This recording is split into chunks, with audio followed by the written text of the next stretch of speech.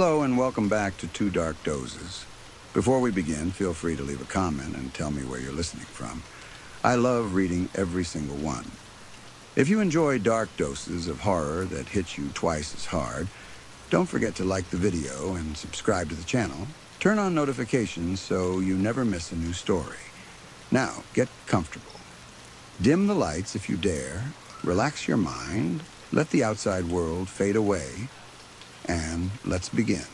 Story 1, I work the graveyard shift at a central emergency dispatch center in a large city. Most people do not understand what those hours can do to your mind. From midnight until 6 in the morning, the world outside becomes quiet. Streets empty out, apartment lights go dark, and most normal people are asleep in their beds. But in the dispatch room, you sit under cold air conditioning, surrounded by glowing screens, waiting for someone's worst moment to reach your headset. Some nights are filled with drunk drivers, screaming couples, car crashes, heart attacks, house fires, and people who are so lonely that they call just to hear another human voice in the dark. You learn how to keep your feelings locked away. You learn to follow the script, ask the right questions, and send the right units. If you let every call get inside your head, you will not last long in that job. My training was short and cold. My supervisor gave me a thick binder full of codes, showed me how to log into the routing system, and pointed me toward a desk in the back corner of the room. That desk had belonged to another dispatcher before me.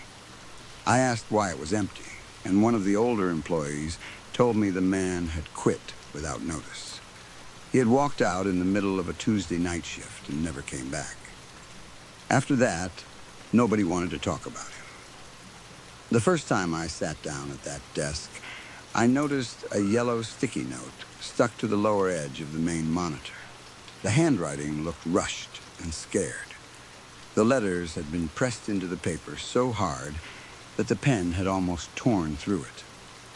The note said, if a caller speaks an undocumented clicking dialect and asks for a translator, transfer them to line 9 and hang up immediately. I read it several times, trying to understand why anyone would write something like that. In emergency dispatch, we get calls in many different languages. We have translation services for that. We connect the caller to a language line, a translator joins the call, and we help as best as we can. Sending someone to a dead line and hanging up on them would break every rule in the book. It would be cruel, illegal, and completely against everything we were trained to do. I decided it was a sick joke from the burned-out dispatcher who had left before me. Maybe the stress had gotten to him. Maybe he wanted to scare the new person. I pulled the sticky note off the monitor, crumpled it in my hand, and threw it into the trash can under the desk. For the next 3 weeks, nothing strange happened. My shifts were normal. I drank bad coffee, answered calls, sent ambulances, sent police, logged reports, and watched the clock drag itself toward morning. I almost forgot about the note. Then, on a Thursday night, exactly at 3 in the morning, my console beeped. A call came in from a mobile device. I pressed the button on my headset and opened a new entry form on the screen. 911. What is your emergency? I asked. At first, there was only silence. Not the normal kind of silence you hear on a bad call. There was no breathing, no wind, no traffic, no background noise. The line sounded clean, empty, and unnatural, like the call had been made from inside a sealed room. Then I heard the clicking. It was fast, wet, and sharp. It sounded like someone snapping their tongue against the roof of their mouth, mixed with stones scraping together. The clicks rose and fell in rhythm, almost like words. It was not random noise. It had structure. It had a pattern. It sounded like a language, but not one I had ever heard before. I felt the hair on the back of my neck stand up. Hello, I said, trying to keep my voice steady. I cannot understand you. Do you need police, fire, or medical help? The clicking stopped. For a moment, the line was quiet again. Then a voice came through the static. Translator, The word was low and rough. It did not sound like one person speaking. It sounded like several voices were being forced through the same throat. We need a translator. My whole body went cold. I remembered the yellow sticky note in the trash can beneath my desk. I moved my mouse toward the manual transfer menu and found line 9. My finger hovered over the button. For 1 second, I was ready to follow the warning. I was ready to transfer the call and hang up. Then I heard a child crying in the background. It was a young boy. His voice was clear and human. There was no distortion around him. "Please," he sobbed. "Please help us. He is hurting my mom. I want to go home." My hand froze. Every rule, every instinct, every part of my training pushed me in the opposite direction of that note. You do not hang up on a crying child. You do not ignore someone begging for help. "I hear you," I said quickly, already typing into the system to force a location ping from the nearest cell tower. "I am staying with you. Tell me where you are." The child did not answer. Instead, the deep voice returned. "You stayed," it whispered. Then the clicking exploded through the headset. It was louder now, faster and more violent. The wet scraping sounds filled both ears and made my skull ache. I stared at the map on my screen, waiting for the system to lock on to the caller's location. But the tracking circle was moving wildly across the city. 1 second, it was downtown. The next, it jumped miles east. Then it stretched out toward the edge of the city like the software could not understand where the signal was coming from. "Sir, I need your location," I said, raising my voice over the clicking. "I can send help, but I need an address." The static suddenly spiked into a painful screech. I tore the headset off and threw it onto the desk. The call disconnected. The timer on my screen reset to 0. I sat there, breathing hard, staring at the empty call log. When I tried to pull up the record, the system marked the file as corrupted. There was no phone number, no call origin, no digital footprint. According to the software, the call had never happened. I finished the rest of my shift feeling sick. Every time the console made a noise, my chest tightened. But the call did not come back. When 6 in the morning finally arrived, I logged out, grabbed my things, and walked to my car through the empty parking lot. That same day, everything in my normal life began to fall apart. I live alone in a small ground floor apartment near the edge of the city. When I got home, I locked both deadbolts, closed the curtains, and tried to sleep before my next shift. But sleep would not come. I lay in bed for hours, staring at the ceiling, replaying the sound of the clicking in my head. Around 2 in the afternoon, the apartment went strangely quiet. The air conditioner stopped humming. The distant traffic outside faded away. Even the small sounds of the building seemed to disappear. Then I heard it. Click, click, click. The sound came from the hallway outside my bedroom. It was the same wet, sharp clicking from the call. But this time, it was not coming through a headset. It was inside my home. I sat up slowly and reached for the flashlight I kept in the drawer beside my bed. My hand was shaking so badly that I almost dropped it. I turned it on and aimed the beam at the open bedroom door. The hallway beyond looked wrong. The shadows were thick and heavy, like they were pressing against the light instead of being pushed away by it. Something moved along the wall, just outside the beam. I stepped out of bed and walked toward the doorway. Every part of me wanted to run, but I needed to see what was there. I lifted the flashlight and aimed it straight down the hall. What I saw did not look like any living thing that should exist. It was a huge, crawling mass made of human limbs. Arms and legs, bruised and swollen, were twisted together into one shifting body. They moved without order, pulling and dragging the thing forward across my hardwood floor. Wrapped around the limbs were long coils of old copper telephone wire. The wire dug deep into the flesh, cutting into it and holding the whole thing together like rusted rope. Across the surface of the mass were mouths, not faces, just mouths, torn lips, broken teeth, and wet tongues set directly into the skin. Every mouth opened and closed at the same time, making that terrible clicking language. I could not move. My mind refused to accept what I was seeing. The creature turned its body toward me. The copper wire scraped across the floor as it pulled itself closer. That was when my body finally reacted. I threw the flashlight at it. The flashlight hit the mass with a wet thud and rolled away into the darkness.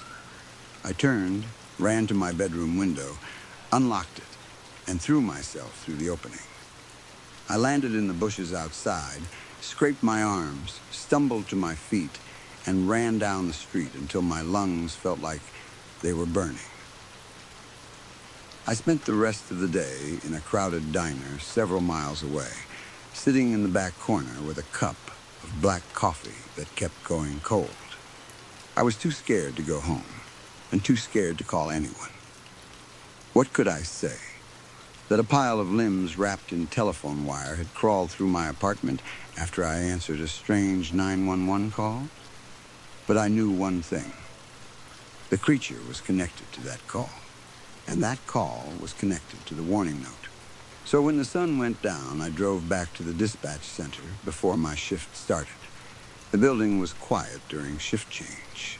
I used my access card, went to my desk, and logged into the system. Instead of opening the normal routing software, I dug into the raw diagnostic archive. The corrupted call file was still there. I pulled it open and ran every manual recovery option I could find. Most of the audio was broken, but the tower data still had fragments buried inside it.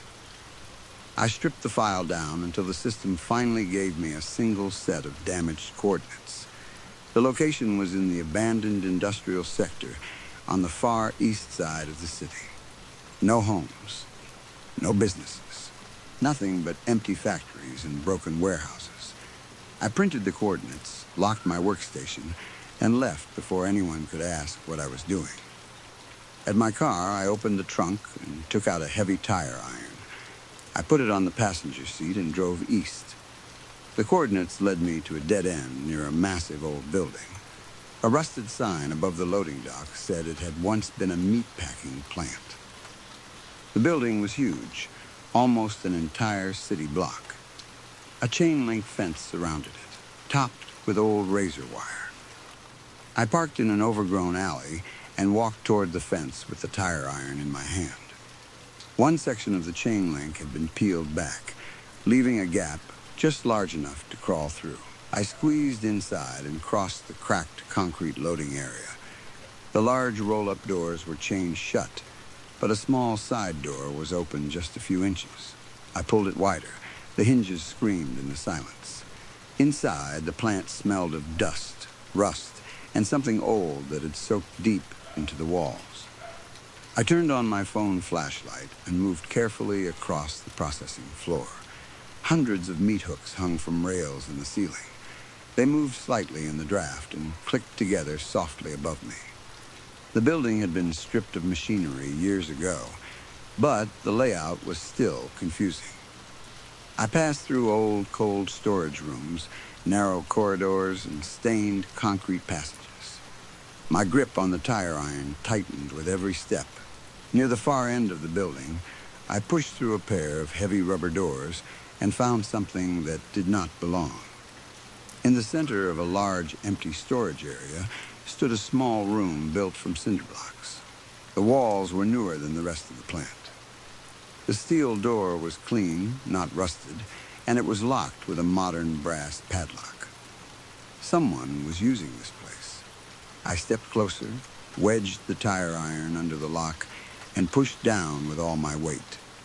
The lock held for a second, then snapped. It fell to the floor with a heavy clank. I opened the door and stepped inside. The room was small and lined with acoustic foam. the kind used to block sound.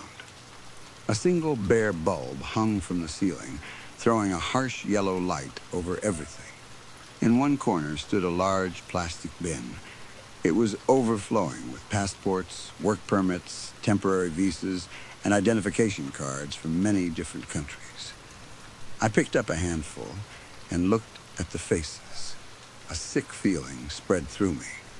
I had seen some of those faces before on local news reports. Missing workers, missing cleaners, missing construction laborers, people who had disappeared from the city over the years, leaving families begging for answers.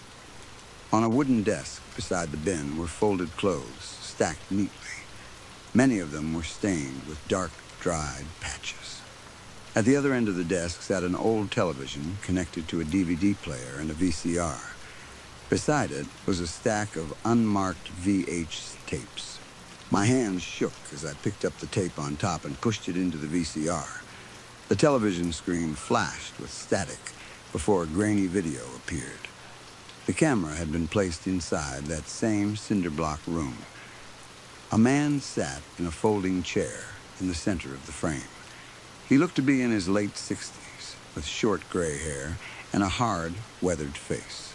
He wore a dark formal uniform with brass buttons and official patches. Behind him, on the floor, was a young woman. Her wrists and ankles were bound with plastic ties. She was crying and trying to move, but she could not get free. The man ignored her. He looked straight into the camera. He spoke calmly about how the system had failed. He said the government refused to protect the country. He called immigrants a disease and claimed people like him had to do the work that officials were too weak to do. His voice was steady and proud, like he was giving a speech instead of confessing to murder. He said he had spent 30 years working at border checkpoints. He knew how desperate people crossed, where they gathered, and what promises would make them trust him. He said he offered rides, fake paperwork, and hope. Then he looked down at the bound woman and reached for something out of frame. A large metal cleaver came into view. I slammed the power button before I could see anything else. The screen went black. For a few seconds, I could not breathe. The horror in that room was larger than anything I had imagined. This was not one crime. This was years of crimes. Dozens, maybe hundreds, of missing people had passed through that room. I started searching the desk for anything that could identify him. In the bottom drawer, I found a wooden shadow box lined with velvet. Inside were badges, medals, and commendations. An engraved plaque described his 30 years of service with a border enforcement agency. Under the plaque was a recent utility bill. It had his full name and a home address in a wealthy suburb on the west side of the city. I folded the bill and shoved it into my pocket. I needed to call the police. I pulled out my phone and dialed. The call connected, but no voice answered. Only clicking. Click, click, click. The light bulb above me flickered violently, then shattered. Darkness swallowed the room. The temperature dropped so fast that my breath turned white in front of my face. From the processing floor outside, I heard the wet scraping sound echo through the plant. The thing had found me. The clicking grew louder, spreading through the building, bouncing off the meat hooks and concrete walls. I grabbed the tire iron, turned on my phone flashlight, and ran out of the cinder block room. My light swept across the open floor. The creature dropped from the ceiling rails with a heavy, sickening crash. The mass of bruised limbs hit the concrete and began pulling itself forward. Copper wires whipped around it, striking metal posts and throwing sparks into the air. All of its mouths opened at once, filling the room with the clicking language. It moved faster than something that size should have been able to move. It blocked the way back to the loading dock. I ran in the opposite direction. I tore through the maze of storage lockers and old processing rooms. Behind me, the creature smashed through rubber doors, knocked over rusted shelves, and dragged its broken body through spaces too small for it. I could hear bones cracking and wet flesh tearing, but it never slowed down. I ducked under a steel sorting gate just as a loop of copper wire whipped past my head and shattered the concrete wall behind me. Dust filled the air. I scrambled up, found the side pedestrian door, and burst out into the cold night. I ran to my car, yanked the door open, and threw myself inside. I started the engine and drove away from the plant, watching the dark shape of the building shrink in my rearview mirror. I did not stop until I reached a bright parking lot miles away. I locked the doors and sat there, breathing hard, with the utility bill in my pocket and the sound of clicking still in my head. Calling the police might stop the man, but it would not stop the creature. I understood that now. The thing was following the connection. It had come for me because I stayed on the line. It had followed my phone. It had followed the signal into my home, then to the meatpacking plant. And if it could follow me, maybe it could follow someone else. A dangerous plan formed in my mind. I drove across the city toward the western suburbs. The neighborhood where the retired officer lived was quiet and perfect, with trimmed hedges, clean sidewalks, and expensive homes sitting behind gates. I parked 2 blocks away and walked to the address on the utility bill. The house was a clean 2-story brick home with a neat lawn and a bright bay window. Lights were still on downstairs. I stepped onto the porch, forced myself to breathe normally, and rang the doorbell. Nearly a minute passed before the door opened. The man from the tape stood there in casual clothes. He looked older without the uniform, but his eyes were the same. Cold, empty, calm. "Can I help you?" he asked. "It is very late." "I am sorry to disturb you, sir," I said, using the calm professional voice I used at work. "I am with the municipal utility office. We are tracking a serious surge in the underground copper telephone lines on this block. It could create a fire hazard. I need to inspect the main connection point inside your home." He frowned and looked me over. My dark dispatch uniform looked plain enough to pass for utility clothing in the dark. "I have not had any problems with my landline," he said. "The surge is silent," I replied. "If the wires overheat inside the wall, the insulation could catch fire before you notice anything. The inspection takes less than 2 minutes. If you refuse, I will have to report it and request the fire marshal to cut service to the property from the street." That annoyed him more than it scared him. He sighed and opened the door wider. "Make it quick," he said. "The junction box is in the utility closet down the hall." I stepped inside. His home was spotless. Framed awards and official photographs lined the walls. Everything smelled of polish and expensive furniture. It was hard to believe a man could live in such a clean place while hiding so much filth inside himself. I walked down the hall and opened the utility closet. For a moment, I stood inside the cramped space, pretending to inspect wires. Then, I noticed a cordless landline phone sitting in its charging base on a small table outside the closet. I picked it up and pressed the call button. Static hissed through the speaker. Then came the clicking. Click, click, click. I set the receiver down on the table without hanging it up. Then I closed the closet door and walked back toward the front of the house. The retired officer was waiting by the entryway with his arms crossed. "There is a severe frequency loop in the line," I told him. "I need to run a remote diagnostic from the main hub tonight. I left your landline open to keep the signal active. Do not hang up that phone until morning. If the line is disconnected, the surge may reset and damage the wiring." He looked irritated, but not suspicious enough to stop me. "Just close the gate on your way out," he muttered. I nodded and walked out of the house. I kept my pace slow until I reached the corner. Then I got into my car and drove away. That night, I sat awake in my apartment with every light on. I waited for the clicking to return. I waited for the sound of copper wire scraping across my floor. But the apartment stayed quiet. The next morning, I turned on the local news while drinking coffee. The lead story was from the western suburbs. A retired, highly decorated border enforcement officer had been found dead inside his home. The anchor said the scene was extremely violent and confusing to investigators.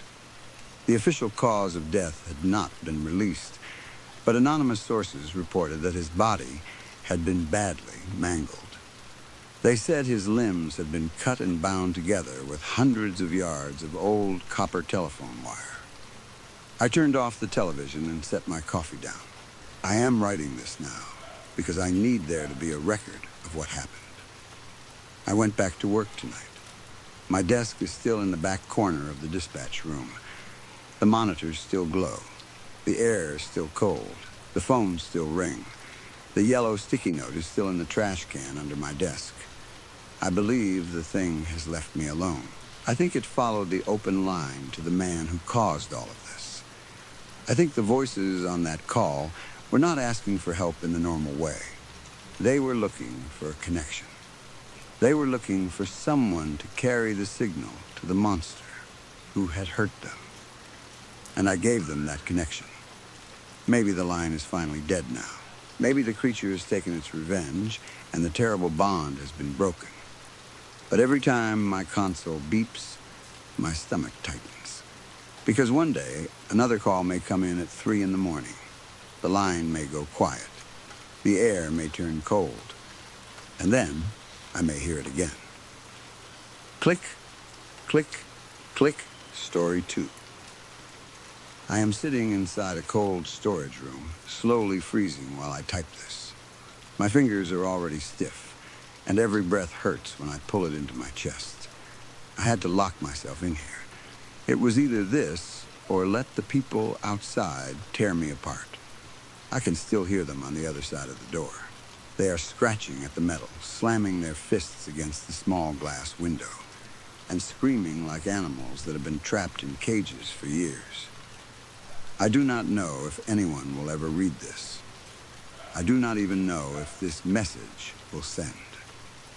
The signal in here is weak, and my phone keeps slipping in and out of service. But if this reaches someone, anyone, then please understand that this is not a joke. Something terrible has happened inside this facility, and if help does not come soon, I will either freeze to death in here or be killed by the things waiting outside. My name is Tyler. 6 months ago, I started working at a private research facility just outside town. The place was one of those clean, quiet, expensive buildings that always made you feel like you were not supposed to ask too many questions. Everyone there wore perfect white coats, plastic face shields, gloves, masks, and calm expressions, as if nothing in the world could ever go wrong. From the outside, it looked like a normal medical research center. Inside, it was something else. They performed experiments on all kinds of animals. I had seen monkeys, rats, rabbits, bats, birds, and even rooms full of insects kept in sealed glass tanks. There were also mosquitoes, flies, and other things I never wanted to look at for too long. Most of the experiments were connected to viruses, diseases, and treatments that were far above my pay grade. Luckily, I was not one of the scientists. I was not mixing samples, injecting animals, or staring into microscopes all day. My job was much simpler. At least that was what I used to believe. I handled routine maintenance around the building. I checked cooling systems, electrical panels, emergency generators, freezer units, and the ventilation systems attached to the labs. I also worked on the fume hoods, which were basically large safety cabinets, where the lab workers handled dangerous chemicals and biological samples. When they opened a vial or created some kind of toxic vapor, the fume hood was supposed to pull the fumes away from them, push them through filters, and send them into the ventilation system where they could be safely released outside.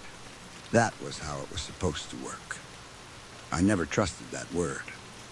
Supposed, in a place like that, supposed to was the thin line between everyone going home safely and everyone ending up sealed inside a hazmat tent.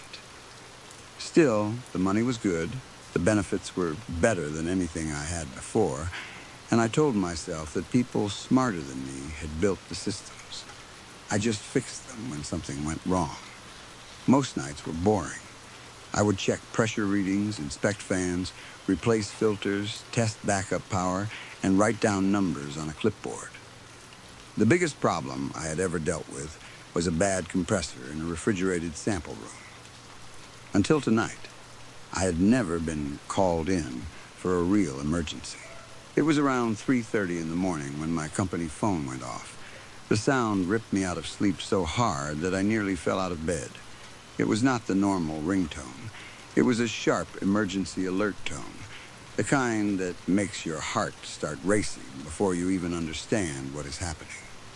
For a second, I thought it was a weather warning or some national emergency message. Then I grabbed the phone from my nightstand and saw the lab's emergency system flashing on the screen. The message was from Devin. He was one of the senior night technicians, a quiet guy who always looked tired, but never acted unfriendly. He was the kind of person who knew every locked door, every safety code, and every strange rule in the building. His message was short, but it made my stomach tighten before I even finished reading it. Tyler, it's Devin. We have a fume hood in alarm mode. Location is Biotech. East Wing, second floor, Lab 237. I'm heading there now, but I need you here as soon as possible. Possible hazardous contamination. I stared at the words for a moment, hoping I had misunderstood them. Possible hazardous contamination was not something they wrote unless they meant it. It was not a small warning. It meant something dangerous had escaped, where it should not have escaped. It meant the safety systems had failed, or someone had done something very wrong. Perfect, I muttered to myself as I climbed out of bed. I got dressed quickly, pulling on jeans, boots, and a thick jacket. I splashed water on my face, grabbed a protein bar from the kitchen, and headed out into the night. My apartment was only about 10 minutes away from the facility, but the drive felt much longer because it had started pouring rain. The road was almost empty, and my headlights cut through sheets of water that rolled across the windshield. The wipers slapped back and forth as fast as they could, but they could barely keep up. All I could think about was Devin's message. A fume hood in alarm mode was bad, but a fume hood in alarm mode inside Biotech was worse. That wing handled the kinds of samples nobody talked about in the break room. When I reached the facility, the first thing I noticed was that the guard booth was empty. There was always someone at the front gate. Always. Even at 3 in the morning, even on holidays, even during storms. The gate was open, and the booth light was off. I slowed the truck and leaned forward, looking through the rain-smeared windshield. No guard, no movement, nothing. That was when the second thing hit me. The main building was dark. Not completely dark, but wrong. The usual outside lights that stayed on 24 hours a day were off in several areas. The front entrance had only its emergency strips glowing faintly along the ground. The east side of the building, where Biotech was located, had red warning lights flashing behind the windows. Even from the parking lot, I could hear the alarms. They were muffled by the rain, but still loud enough to reach me. Long, sharp, repeating bursts. Contamination alarms. I parked near the front, grabbed my tool bag, and ran through the rain toward the entrance. The automatic doors opened, which surprised me. I had expected the whole building to be locked down. Inside, the lobby was cold and mostly dark. Water dripped from my jacket onto the polished floor. The normal soft humming of computers and air systems was still there, but under it I could hear the distant alarms screaming from the east wing. The sound echoed through the empty halls and made the whole place feel abandoned. I called out once, "Devon?" My voice bounced back at me. No answer. I moved quickly down the corridor toward the locker room. Every step felt louder than it should have. The building was usually quiet at night, but this was different. This was the silence of a place where people had left in a hurry, or a place where people had stopped moving all at once. I tried to push that thought away. I told myself the night crew had evacuated. I told myself the guards were outside dealing with the alarm. I told myself anything that made the empty hallways seem less strange. In the locker room, I opened the emergency cabinet and pulled out a contamination suit. My hands moved fast, but not smoothly. I had trained for this, but training is different when an alarm is screaming and you know something has already gone wrong. I stepped into the suit, zipped it up, checked the seals, and pulled the helmet over my head. The inside smelled like rubber and old plastic. My breathing sounded too loud once the helmet sealed around my face. I checked the air supply and the filter indicator. Both were green. As I put on the gloves, I kept thinking about all the possible situations waiting for me upstairs. Maybe the hood fan had failed. Maybe a belt snapped. Maybe a sensor was reading wrong. Maybe a glass container broke and released chemical vapor. I expected a bad smell, smoke, panic, maybe a few sick workers. I did not expect the nightmare I found. I stopped in the control room to get the diagnostic tablet and the tools I needed. The main monitor showed a page of warnings, pressure readings, airflow charts, and red blinking boxes. Lab 237 had lost negative pressure for several minutes before the emergency system tried to correct itself. The fume hood exhaust was in alarm. The room sensors had picked up airborne contamination, but the system could not identify exactly what it was. I noticed several internal camera feeds were black.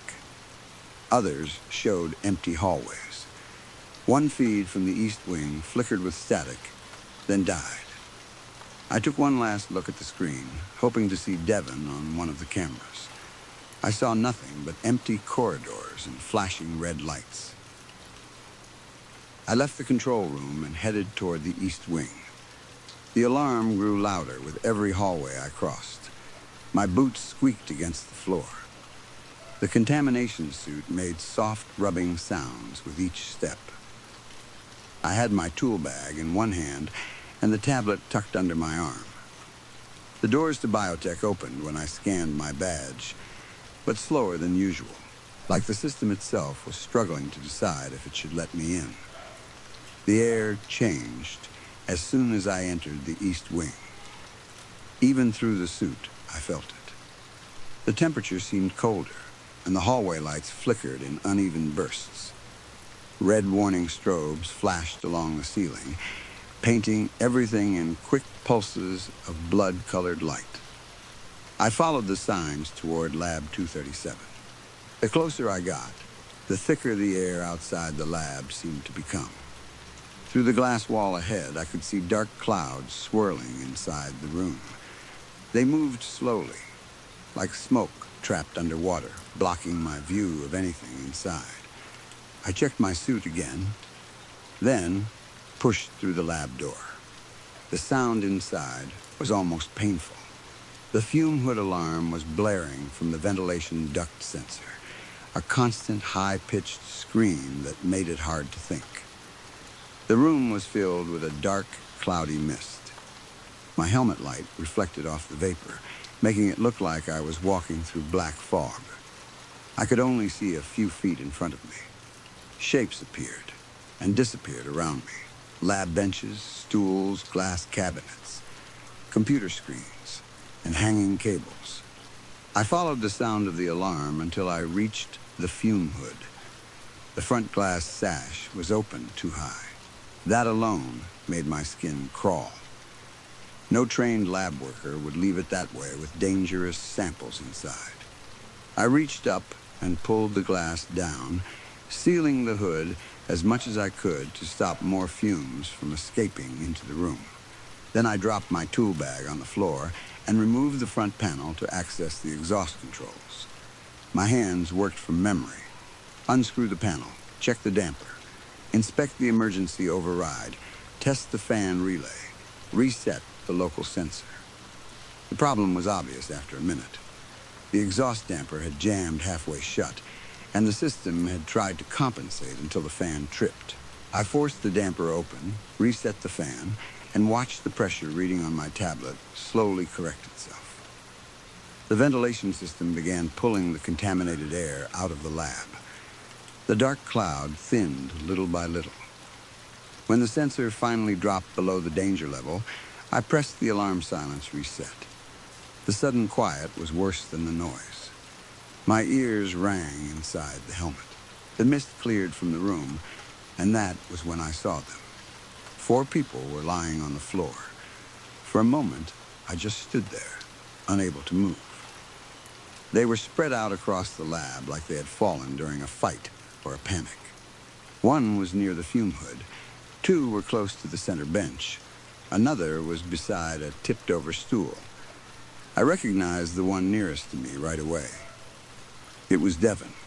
He was on his side, one arm twisted under his body.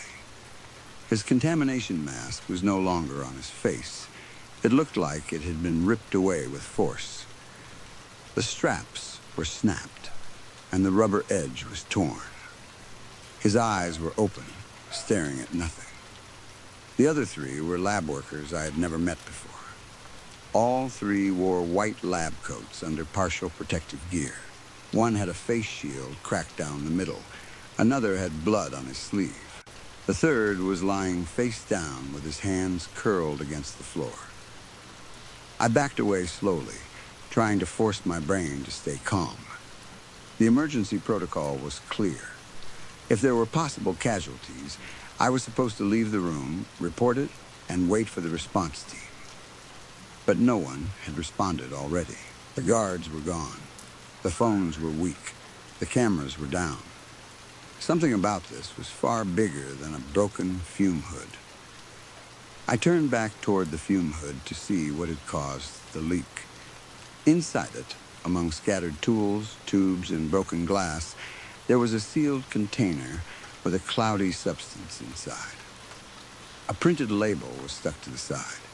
Most of it was covered by condensation, but I could read one word clearly: encephalomyelitis. Below it was a row of numbers and letters that meant nothing to me. But the word did. I had seen it during one of the safety briefings. They had shown us a long list of viruses, neurological diseases, and animal-borne infections that were handled in certain restricted areas. My mind jumped to one thing I understood well enough to fear. Rabies, I whispered. The second the word left my mouth, I heard a wet gasp behind me. I turned just in time to see one of the lab workers rise from the floor. He did not get up like a normal person. His body jerked hard, as if every muscle fired at once. His head snapped toward me so fast that his neck made a sharp, popping sound. His eyes were red and swollen, almost bulging. His mouth hung open, and strings of saliva stretched from his lips to his chin. For one frozen second, we stared at each other. Then he ran at me. He crossed the room with impossible speed. I barely had time to lift my hands before he slammed into me and knocked me off my feet. My back hit the floor hard, and my head bounced inside the helmet. Spots of light flashed across my vision. The man climbed on top of me, scratching and clawing at the suit. His fingers dragged across my chest and helmet, searching for a weak place. He was not confused. He was not trying to ask for help. He wanted to kill me. I could feel it in every movement. I grabbed his wrists, but he was stronger than he should have been. His whole body trembled with rage. He snapped his teeth down onto my mask, biting the rubber seal around the lower edge of my helmet. The sound of his teeth scraping against the plastic was one of the worst things I have ever heard. He bit again and again. trying to chew through the suit. His breath fogged the outside of my visor. His saliva smeared across the glass. I panicked and brought my knees up between us. My boots pressed against his stomach. With everything I had, I kicked out. He flew backward across the floor and crashed into a lab bench, sending trays and instruments clattering everywhere. I scrambled to my feet, dizzy and shaking. Before I could reach the door, another body moved. A second lab worker launched himself from near the cabinets. He came at me from the side, silent except for a low animal growl. I ducked just in time. He sailed over my shoulder and smashed into a glass cabinet filled with beakers and bottles. Glass exploded around him, but he did not scream in pain. He twisted on the floor, pieces of glass stuck in his arms and face, and started pushing himself back up as if he felt nothing. That was when Devon moved. His hand slapped against the floor. I looked back and saw him lifting his head. His eyes were no longer empty. They were red, wet, and furious. The fourth person was moving too. All of them were getting up. All of them were staring at me. I stopped thinking about protocols. I stopped thinking about contamination. I stopped thinking about anything except getting away. The main lab door was behind them. The only closer exit was the cold storage room on the far side of the lab. It was a large refrigerated space used for temperature-sensitive samples, dry supplies, and certain biological materials that needed to be kept cold. I had worked on its cooling system twice before. I knew the door was heavy. I knew it could lock from the inside. I also knew it was freezing in there. But freezing sounded better than being eaten alive. I grabbed my tool bag and sprinted. The four of them came after me at once. I could hear their feet slapping against the floor. I could hear their breathing, harsh and wet, filling the lab behind me. One of them screamed, not like a person calling for help, but like an animal tearing itself open from the inside. I reached the cold room door, yanked the handle, and pulled with all my strength. The door popped open with a deep, rubbery gasp. I looked back for half a second, and I wish I had not. All four of them were standing in the cleared lab, staring at me. Their eyes were bloodshot and wide. Their mouths were open. Saliva dripped from their chins onto their coats. Their bodies looked too tight, as if every muscle was flexed at the same time. Veins stood out in their necks and temples. Devon's face was twisted into something I could barely recognize. They were not moving like sick people. They were moving like predators. Then they rushed me. I threw myself inside the cold room and slammed the door. One of them hit it a split second later. The impact shook the whole frame. I grabbed the inside latch and locked it. Another body crashed against the door. Then another. Then all of them were there, pounding, scratching, and screaming. One of them slammed his head against the small glass window built into the door. Blood splattered across the outside, spreading over the glass in thick red lines. He pulled back and hit it again. The glass did not break, but his forehead split open. He did not care. He just kept hitting it, leaving more blood behind until I could barely see through the window. That was maybe 10 minutes ago. Maybe 20. I am not sure anymore. Time feels wrong in here. The cold is getting worse. At first I was sweating inside the contamination suit from the fight and the panic. Now that sweat is turning icy against my skin. The room is colder than I remembered. The cooling system is running hard, and I can hear the fans humming above me. Metal shelves line the walls, stacked with boxes, sealed containers, and plastic bins with labels I do not want to read. Frost clings to the corners of the floor. My breath fogs the inside of my visor with every exhale. I tried calling the police. The call failed twice. The third time, it rang once and dropped. I tried texting emergency services, but the message is still stuck. I tried calling the facility control room, but no one answered. I even tried calling Devin's phone, because some stupid part of me thought maybe this was all a mistake. Maybe he had not really turned into one of those things outside. But from beyond the door, in between the pounding and the screams, I heard a phone vibrating somewhere in the lab. They are still out there.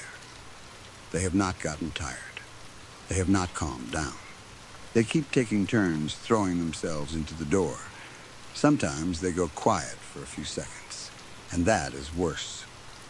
During those quiet moments, I can hear their nails dragging slowly over the metal, like they are feeling for a weakness. Then one of them screams again, and the pounding starts over. I check the cold room for another exit, but there is none. There is only the main door and a small emergency vent near the ceiling, too narrow for me to crawl through with the suit on, and probably too small even without it. I found a metal sample cart, a broken plastic crate, and a few long storage hooks. None of it is much of a weapon. The tool bag might help if I get close enough, but close enough means they can reach me too. My fingers are shaking so badly now that typing is getting difficult. The screen keeps blurring. I do not know if it is from the cold, the fear, or because I hit my head when the first one tackled me. My suit is scratched in several places. I keep checking the seals, terrified that he bit through something, and I just have not noticed yet. If that substance really was some kind of rabies strain, or something even worse, then maybe I am already dead. Maybe I just do not know it yet. I keep thinking about the guards. Where did they go? Why was the gate open? Why were the lights off? Did the contamination spread before Devin messaged me? Did someone try to stop it and fail? Or did the facility lock itself down and leave everyone inside? I do not have answers. All I know is that 4 infected people are outside this door, and they are not acting like anything human anymore. There is something else, too. I did not want to write it because seeing it on the screen makes it feel more real. A few minutes ago, the screaming stopped. I thought maybe they had left. I moved closer to the window and wiped away a small patch of frost on my side. Through the blood smeared across the outside, I saw one of them standing perfectly still in the lab. I think it was Devin. His head was tilted to one side, and he was looking past the door, toward the hallway. Then he turned and ran out of view. The others followed. For almost a full minute, I heard nothing. Then, far away, somewhere down the hall, another alarm started. Not the fume hood alarm, a different one. A door alarm. That means they may have found their way out of Lab 237. Now they are back. At least 2 of them are back. I can hear them breathing outside the door again. But I think the others are in the hallway. I think they are loose in the facility. If anyone comes in here without protection, without weapons, without knowing what is waiting for them, they will not make it far. The temperature is dropping faster than I expected. My phone says I have limited service, but the battery is draining because of the cold. I have maybe 20 minutes before my body starts shutting down. Maybe less. I keep flexing my hands and moving my legs, but I can feel myself getting slower. My thoughts are starting to stretch out, like they have to travel through thick water before they reach me. I need to make a choice. If I stay in here, I freeze. If I open the door, they come for me. My only chance is to wait for the next quiet moment, push the sample cart into the doorway, and run for the hall before they can grab me. I know the East Wing layout. There is an emergency stairwell about 30 yards from Lab 237. If I can reach it, I might be able to get to the ground floor, break through the side exit, and get outside. From there, maybe I can get enough signal to call for help. Maybe the rain will cover some of the sound. Maybe they will not follow me all the way out. That is a lot of maybes. They are pounding again. harder now. The glass window just cracked. Not all the way through, but enough for me to hear it over the fans. I can see one red eye through the blood on the other side. It is staring straight at me. I am going to try to make it out. I do not have another choice. If this message sends, tell someone what happened here. Tell them the contamination started in biotech, East Wing, second floor, Lab 237. Tell them the infected do not respond to pain. Tell them they are fast. Tell them they bite. Tell them not to come in here alone. And if anyone from the facility tries to say this was a small accident, do not believe them. I am unlocking the door now. Story 3. There was a huge old corporate campus on the edge of town that had been empty since the 1990s. It was the kind of place everyone knew about, but nobody really talked about unless they were joking, daring each other, or telling stories about teenagers going in there at night. From the road, it looked like a dark block of dead history. Big square buildings, long rows of broken windows, a parking lot full of weeds, and old signs so faded that you could barely read the company name anymore. My friend Em and I had been watching the place for weeks. We drove past it during the day, looked at it from different angles, and tried to figure out the easiest way inside. Neither of us said it out loud, but we both knew we were going to go in sooner or later. We finally went there around 2 in the morning. It was one of those summer nights when the air feels heavy enough to press down on your chest. Even with the windows rolled down, the car felt hot and sticky. The sky was black, but the world did not feel quiet. Crickets and cicadas screamed from every patch of grass and from the trees around the property. Their noise was so loud it almost sounded electric. The old campus stood beyond the parking lot like a sleeping animal, silent and enormous, waiting for someone stupid enough to walk into its mouth. We parked far from the road, near the back of the lot, where the weeds came up through the cracked asphalt. The place had not been cared for in years. The parking lines were almost gone. Empty bottles, fast food bags, and pieces of broken glass were scattered everywhere. As we crossed the lot, our flashlights moved over rusted light poles, fallen branches, and old security cameras that had probably stopped working before we were even out of school. Em was smiling like he always did before we went exploring somewhere we were not supposed to be. He had that restless excitement in his eyes, the kind that made bad ideas seem fun. The main building looked exactly how you would expect an abandoned office building to look. Boards covered many of the windows. Graffiti covered the boards, the walls, and even parts of the doors. Some of it was just names and tags. Some of it was fake symbols and childish attempts at satanic writing. There were cracked tiles near the entrance, dead leaves piled in corners, and an old corporate logo above the doors that had been scratched almost beyond recognition. The whole place had been picked over by vandals, teenagers, homeless people, and other explorers long before we arrived. That made it hard to feel like we were doing anything especially wrong. It did not feel like breaking into a real building. It felt like stepping into a corpse that had already been opened. A thick chain had been wrapped around the front doors, but it was old and rusted, and Em had brought tools. He always brought tools. He worked on it for a few minutes while I stood behind him, watching the dark windows and listening to the insects scream in the trees. Then the chain gave way with a rough metallic snap.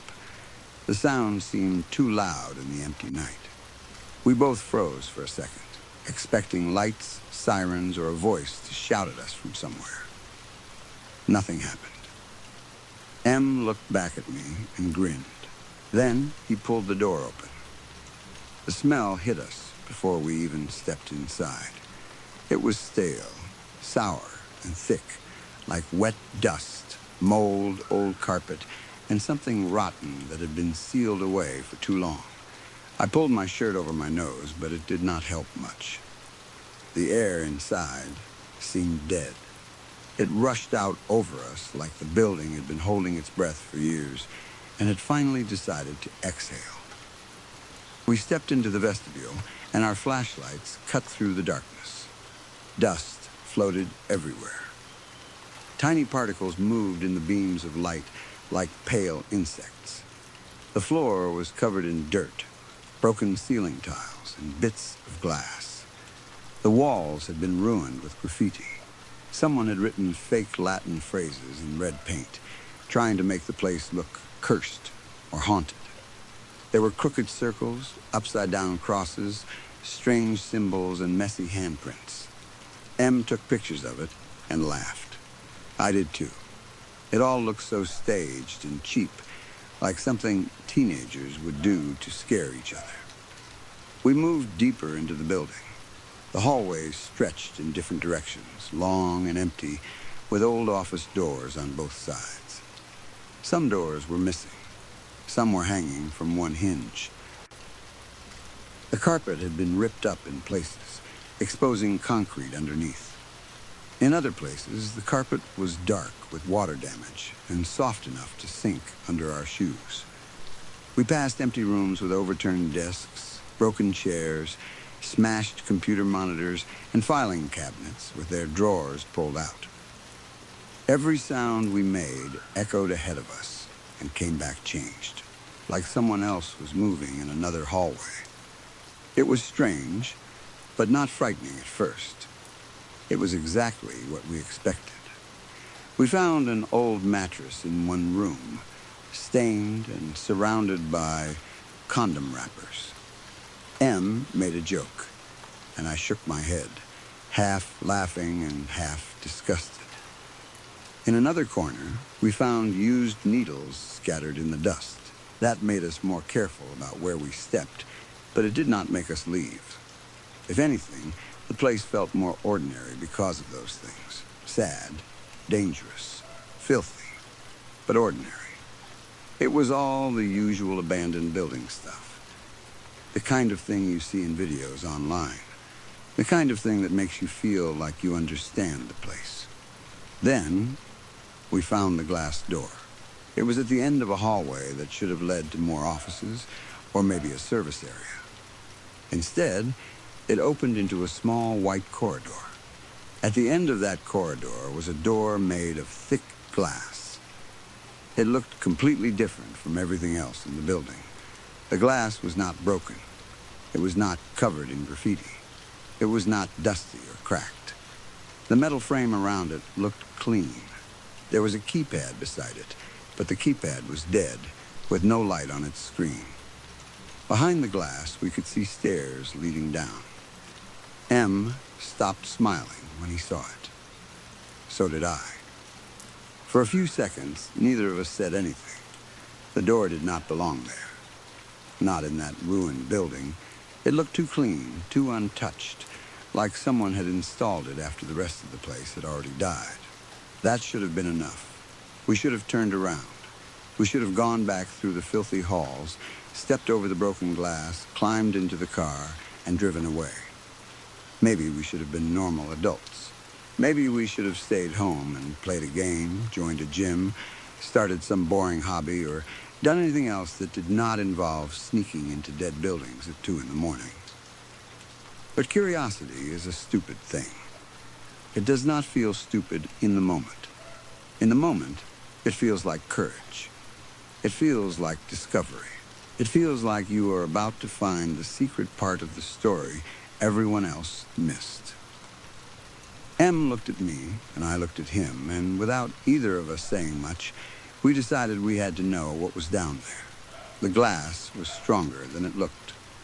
Em hit it with the metal tool from his bag. The first strike made a sharp crack that echoed down the hall. The second strike spread the crack across the surface like lightning. The third broke a hole through it.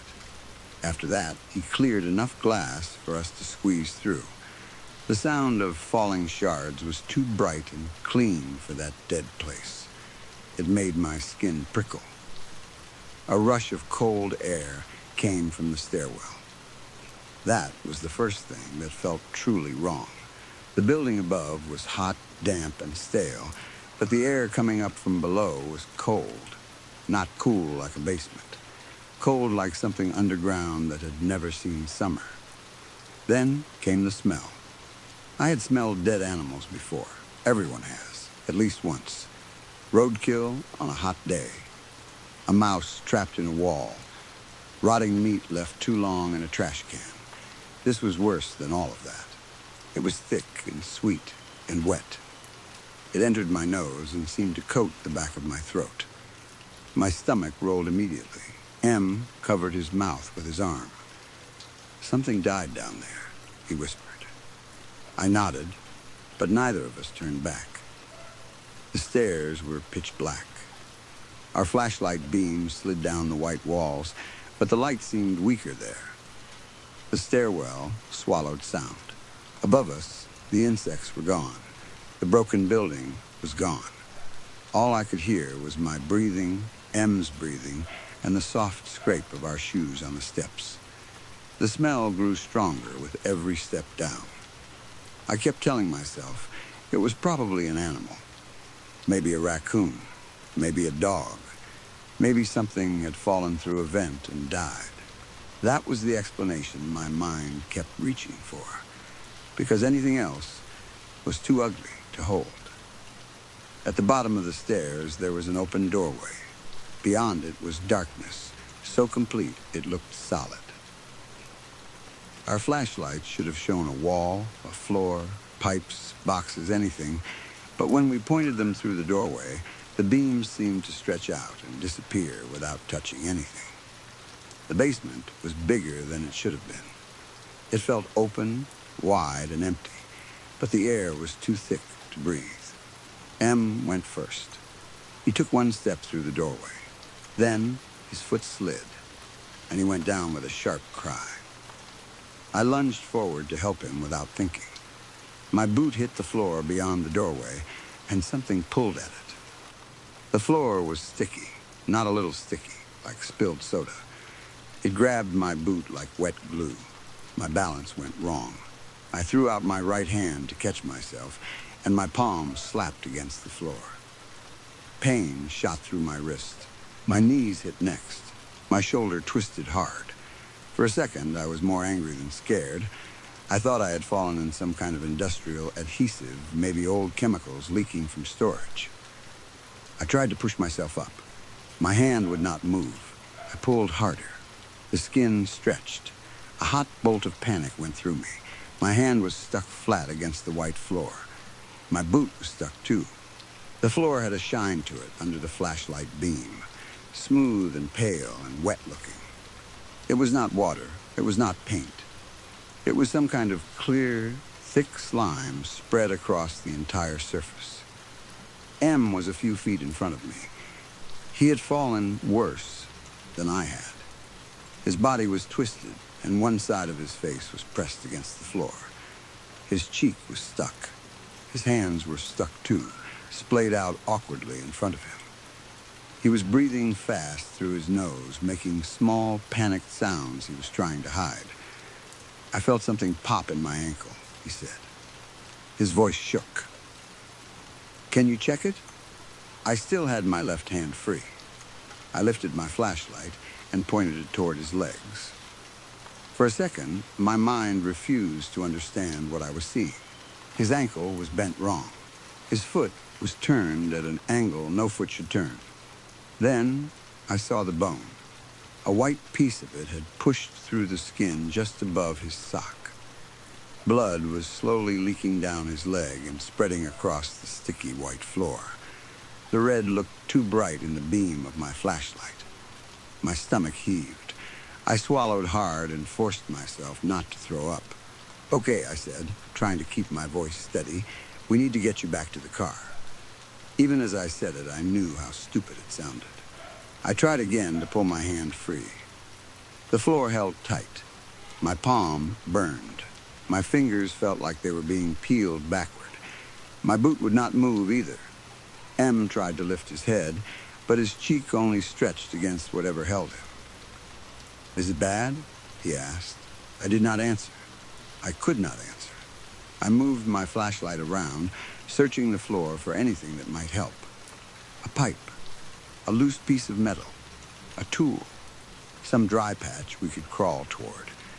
There was nothing, just that smooth white floor stretching into the darkness, shining in places like fresh glue. Then my flashlight caught something about 10 feet behind M's head. At first, I thought it was a shoe, a dark lump on the floor. I focused the light, and my breath stopped.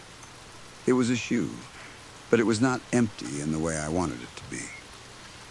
There were ripped jeans beside it, twisted and dirty, a piece of underwear, then a red smear that went farther into the dark.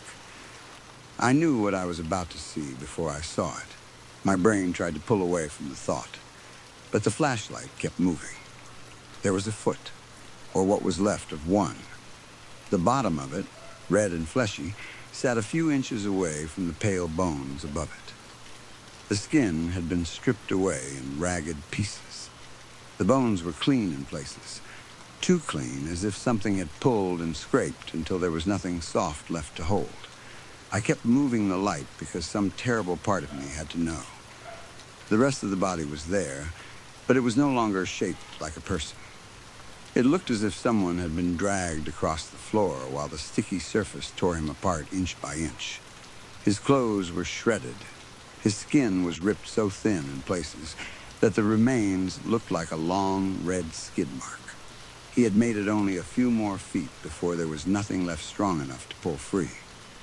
His face was the worst part. It was waxy and torn, and open in ways a face should never be open. One eye was gone. The mouth was stretched wide in a frozen scream. Even through all the damage, the terror was clear. Whoever he had died knowing exactly what was happening to him. I looked back at M, his broken ankle, his cheek stuck to the floor, his hands trapped, his blood spreading slowly under him.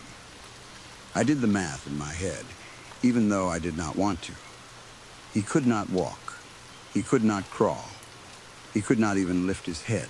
If that other man had been trapped the same way, then there was no way M was getting out by strength alone. "Is everything okay?" M asked. He tried to sound calm, but I could hear the panic under it. It was thin and shaking, like a sheet pulled over something ugly. Then came the sound. A soft thump. It came from somewhere deep in the darkness, beyond my flashlight beam. I froze. Every part of me went cold. The sound was not loud. That made it worse. It was not a crash, not a roar, not a scream. Just one soft, heavy thump, like a large, wet hand hitting the floor. The darkness beyond us felt bigger than before. "What was that?" M whispered.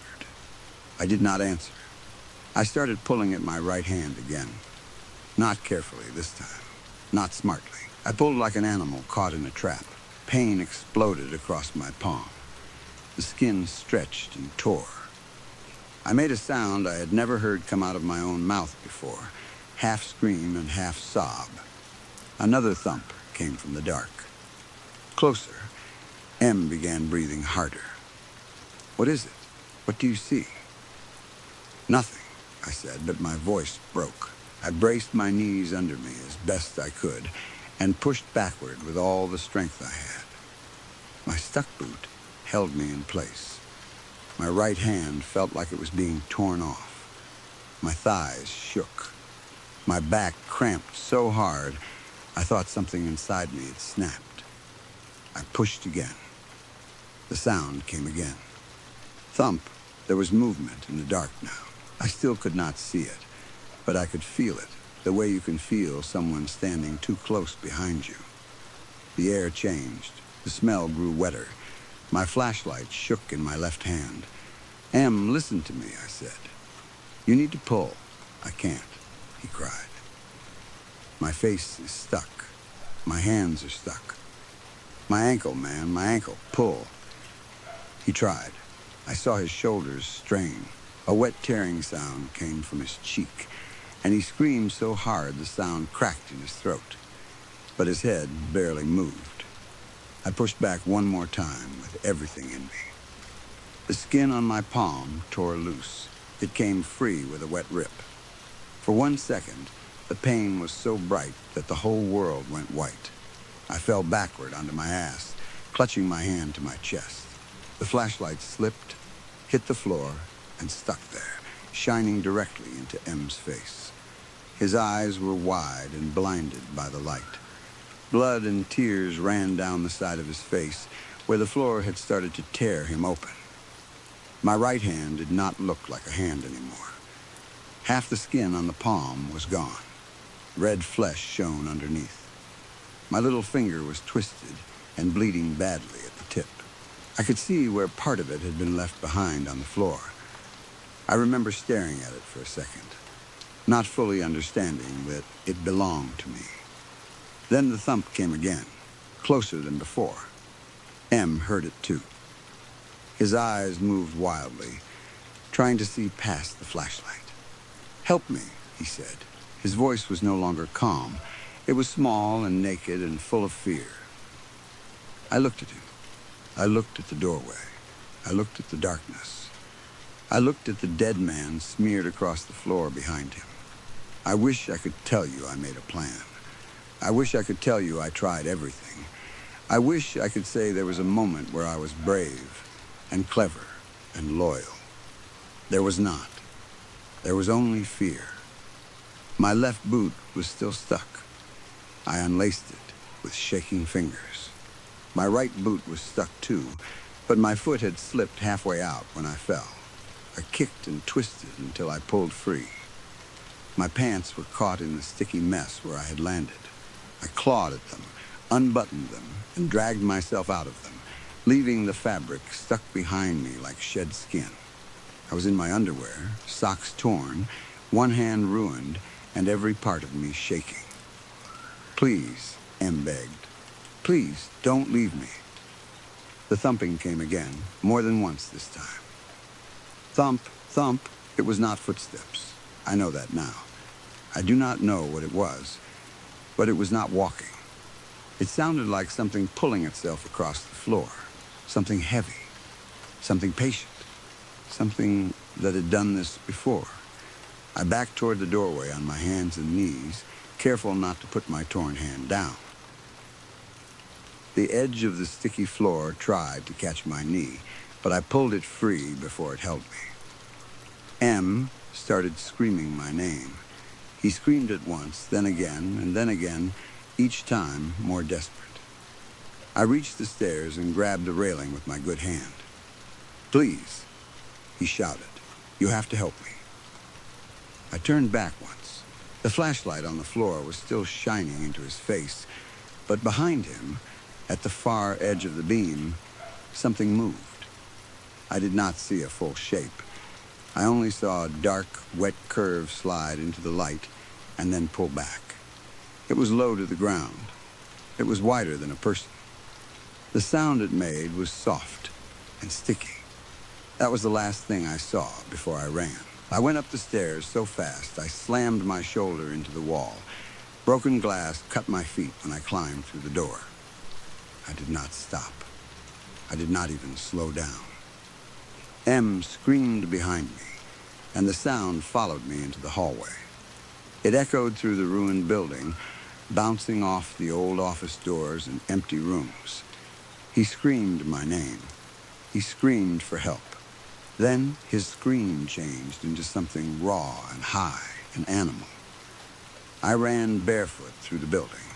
Needles, glass, broken tiles, and pieces of concrete tore into my feet. I slipped twice. I hit the wall once hard enough to bruise my ribs. My blood marked the floor behind me in small red steps.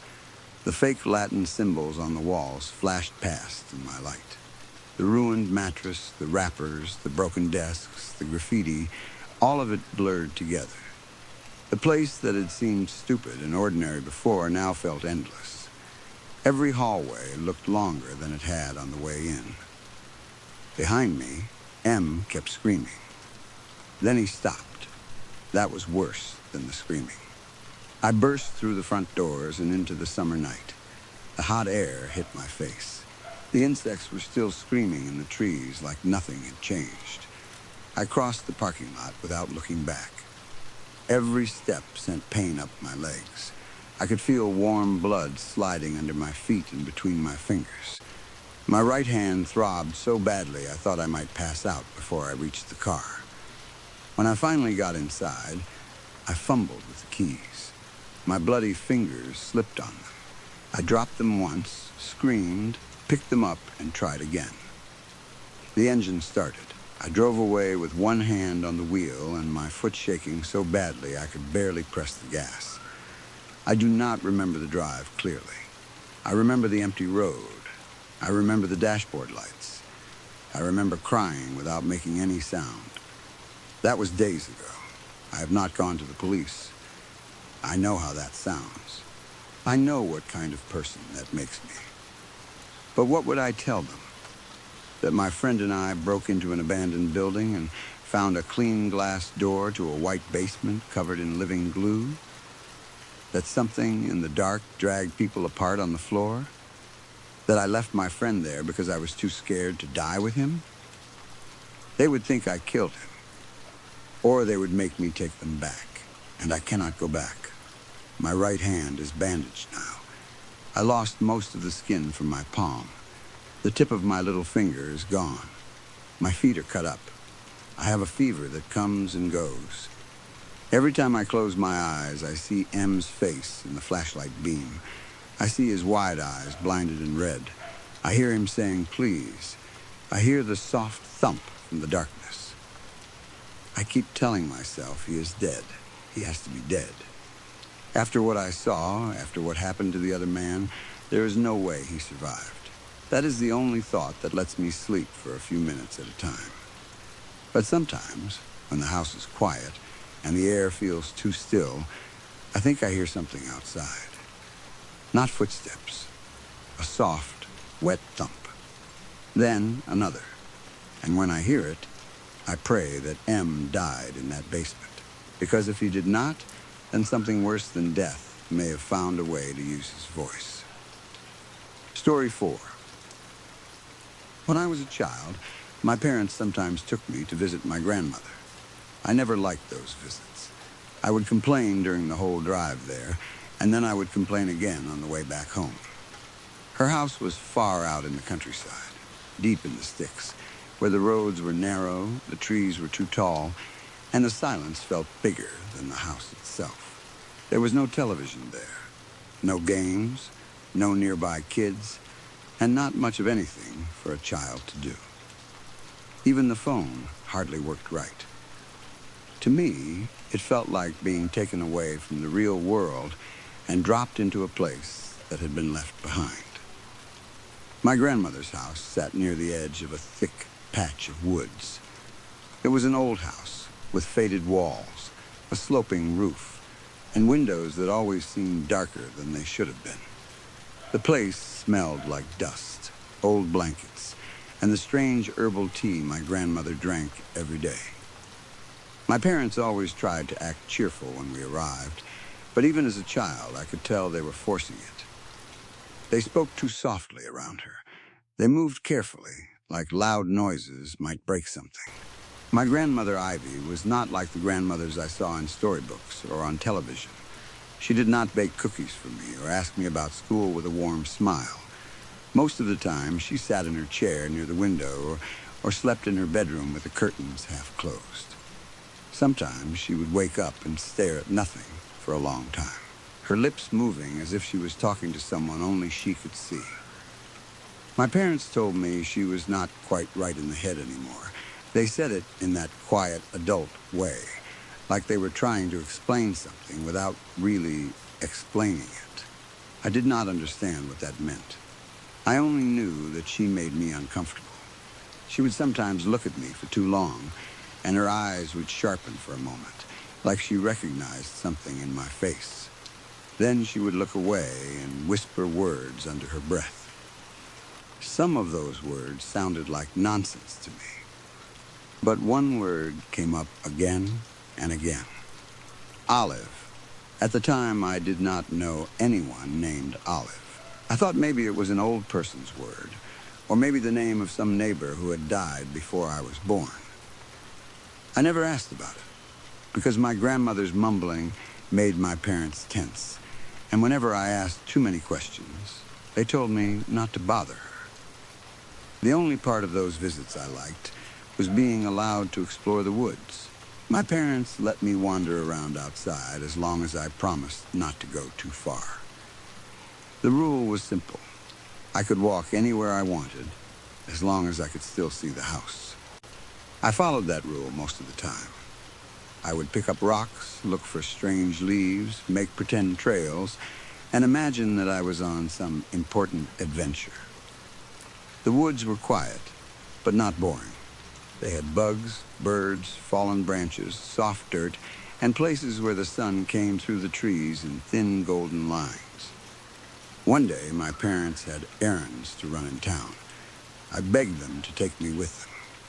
I did not want to stay alone with my grandmother, especially not in that old house with the ticking clocks and the heavy silence. But my parents said they would not be long. They told me I would be fine, and that my grandmother would be there if I needed anything. I remember standing by the front door, watching their car roll down the long dirt road, feeling like I had been left behind in a place where time moved differently. My grandmother was awake that morning. She sat in her chair with a blanket over her knees, looking out at the trees. When I asked if I could go outside, she nodded without turning toward me. Her eyes stayed fixed on the woods. "Don't go too far," she said.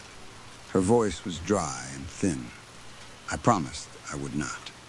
Then I went outside, happy to get away from the house. I do not remember exactly why I started collecting pieces of wood that day. Children do things like that for reasons that make perfect sense at the time and no sense later. Maybe I wanted to build a small fort. Maybe I wanted to make a pretend fire pit. Maybe I just liked gathering things and carrying them around like treasure. Whatever the reason was, it does not matter now. It was the least important part of what happened that day, but it was what led me deeper into the woods. I started near the house, picking up small sticks from the ground. Some were damp and soft from the leaves, while others were dry and snapped easily in my hands. I gathered more and more until my arms were full. After a while, I had taken almost everything useful from the area where I was allowed to walk. I looked back over my shoulder. I could still see the house, but it was farther away than before. The roof rose just above the uneven ground, and the windows were dark dots between the trees. I knew I was supposed to stop there. I knew the rule, but I could see more sticks ahead, and I told myself I would only go a little farther. The house was still visible. I was not really breaking the rule, not yet. I stepped past the line I had made in my mind and moved deeper into the woods. That was how I found the oak tree. It was the biggest tree on the property, bigger than any tree I had seen near my grandmother's house before. Its trunk was thick and dark, with bark that looked like deep, cracked skin. Its branches stretched wide above me, blocking out much of the sky. The air under that tree felt colder than the rest of the woods, and the ground around it was covered with dry leaves, roots, and fallen sticks. To a child trying to collect wood, it looked perfect. I set my small pile of sticks against my chest and started grabbing more from the ground. Soon, I had too many. They slipped from my arms and fell around my feet. I bent down to pick up one that had rolled close to the tree. When I stood up again, I noticed something carved into the trunk. At first, I thought it was just random scratches. But when I leaned closer, I saw that it was writing. It had been cut deep into the bark, and the edges were dark with age. Whoever carved it had done it carefully, with neat and precise letters. It looked old, like it had been there for many years, maybe even decades. It said, Olive and Ivy. I stared at the words for a long time. I knew Ivy was my grandmother's name. I did not know who Olive was, but I knew the name. I had heard it from my grandmother's mouth so many times, whispered in her sleep or muttered while she stared out the window. Olive, Olive, Olive. Seeing the name carved beside my grandmother's made my skin prickle. I reached out and touched the carving. The bark felt rough and dry under my fingers. The cuts were old, but still clear. Like the tree had protected the words instead of growing over them. For a moment, I felt sad without knowing why. The woods seemed quieter than before. Then something tugged my hair. It was not a branch. It was not the wind. It felt like small fingers grabbing a piece of my hair and pulling it gently, but clearly. I spun around so fast that some of the sticks fell from my arms. No one was there. The trees stood still around me. The leaves did not move. There was no child hiding behind a trunk, no animal running away, no sign of anyone at all. I was curious, but I was also young, and fear took over faster than reason. I dropped the rest of the sticks and started running back toward the house. Grandma, I yelled. My voice sounded tiny in the woods. I had only taken a few steps when something caught my foot. I fell hard. My face hit the leaves, and dirt filled my mouth. For one horrible second, I could not breathe. Then I screamed and scrambled onto my hands and knees, looking behind me. There was nothing there. No root high enough to trip me. No branch across the path. Nothing but leaves and shadows. I began to cry. I was not badly hurt, but fear had filled me completely. I wanted my parents. I wanted the car. I wanted to be anywhere but those woods. Then something grabbed my arm and pulled me up. I felt fingers around my wrist, small fingers, cold and strong. They yanked me to my feet so quickly that I stumbled. I looked down at my arm, expecting to see a hand there. There was nothing. I screamed again, but the sound came out broken. I backed away, wiping tears from my face, and that was when I saw the leaves in front of me move. Small dents appeared in the dry leaves, one after another, like someone invisible was walking across them. They looked like footprints, human footprints, small ones, a child's. They moved away from the house and toward the oak tree. I did not want to follow. Every part of me wanted to run back. But when I stayed still, the footprints stopped too. The air around me became heavy. I felt something watching me from every direction at once. It was not like being watched by an animal or a person hiding behind a tree. It felt closer than that, like something was standing right beside my face, waiting for me to obey. I took one careful step forward. The footprints continued, so I followed them. I cried the whole time, but I tried to stay quiet. I wiped my cheeks with my sleeve and walked through the leaves, following the small invisible steps back to the oak tree. Every time I slowed down, the footprints stopped. Every time I thought about turning back, that watching feeling grew stronger, pressing against me until I moved again. I was terrified, but even as a child, I understood one thing clearly. Whatever was there did not want me to leave. The footprints stopped at the base of the oak tree. I stood in front of the carved names again, shaking and breathing hard.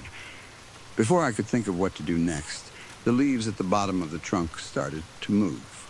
They were pushed aside quickly, tossed left and right by hands I could not see.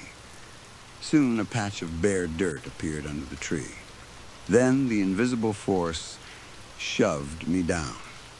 This time I managed to catch myself with my hands before my face hit the ground. My palms stung, and dirt stuck under my fingernails. I felt that watching presence again, stronger than before. It seemed to focus on the dirt in front of me. When I looked away even for a second, the feeling became sharp, almost angry. I understood what it wanted. It wanted me to dig. I was only a child, and I was scared enough to do anything that might make it stop. I used my hands to scrape at the dirt. At first, I moved slowly, still looking around for a chance to run. But when I pushed some of the dirt aside, the awful pressure around me faded for a moment. The presence seemed calmer, so I kept digging. The soil was cold and damp. Roots scratched my fingers. Bugs crawled away from the disturbed earth. I tried to think of an escape while I worked. If I ran, it would grab me again. If I screamed for my grandmother, would she even hear me from inside the house? And even if she heard me, would she come? My parents had said she was not right in the head. Maybe she would not understand. Maybe she would sit in her chair and keep staring out the window while something dragged me deeper into the woods. Then my fingers hit metal. I froze. I cleared away more dirt and found a small metal box buried under the roots. It was old and badly rusted. The paint had almost completely chipped away, and brown flakes came off in my hands when I touched it. The box was cold, much colder than the soil around it. I pulled it out carefully, and as I lifted it, a sound came from somewhere deep in the woods. At first, I thought it was a fox. It was high and weak, the kind of crying sound animals sometimes make at night. But as I listened, it changed. It became clearer, more human, more painful. It sounded like another child crying. I turned my head toward the sound. It came from far away, maybe beyond the trees, maybe from somewhere I could not see. I tried to stand. I wanted to call out and ask if someone was hurt. I wanted to run toward the voice and also away from it at the same time. But the invisible force grabbed me again and yanked me down. My hands hit the ground with the box between them. The impact knocked the lid open with a loud metallic clang. The sound echoed under the oak tree, and the crying stopped. Inside the box, the first thing I saw was a photograph. It was old, worn, and ripped along the edges. A little girl looked back at me from the faded picture. For one strange second, I thought it was a picture of me. She had hair like mine and eyes so close to mine that my stomach turned. But her clothes were old-fashioned, and the picture itself looked ancient. I carefully picked it up and turned it over. On the back, written in neat handwriting, were the words Olive, 1945. I stared at the name. The girl in the photo had a strange smile. Her mouth was not smiling. Not really. It was held tight and still. But her eyes looked alive. There was something bright in them. Something gentle and clever. I had always been able to tell the difference between people who smiled only with their mouths and people who truly smiled with their eyes. Olive was smiling with her eyes, even if her mouth was not allowed to. Under the photograph were small squares of thick paper. I pulled them out one by one and found watercolor paintings on them. They were simple but beautiful. Flowers with soft petals, birds with tiny black eyes, trees with bright leaves. Each one was signed in pencil on the back with the same name. Olive, the crying sound started again. This time, it was closer. I dug deeper into the box and found a crumpled piece of paper. It had been crushed into a tight ball. When I opened it, I saw a child's drawing. It was rough and angry, made with dark lines and hard scribbles. It showed a girl standing on top of a hill. She had sharp teeth, long pointed fingers, and wild hair. Behind her was a bright fire, drawn with red and orange marks so heavy that the paper had almost torn. The girl in the drawing seemed to be laughing. I found more drawings like it. They were all crumpled in the same way, as if someone had hated them and tried to throw them away. One showed a woman scaring children away from a hill. Another showed a girl screaming up at the night sky. Another had dark shapes around a small house. They were not like the watercolor paintings.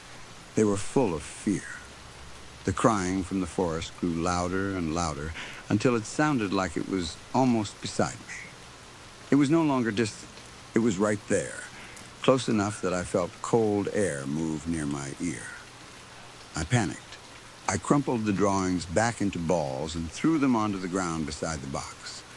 Then I pressed my palm down on them, crushing them harder into the dirt. The crying stopped instantly.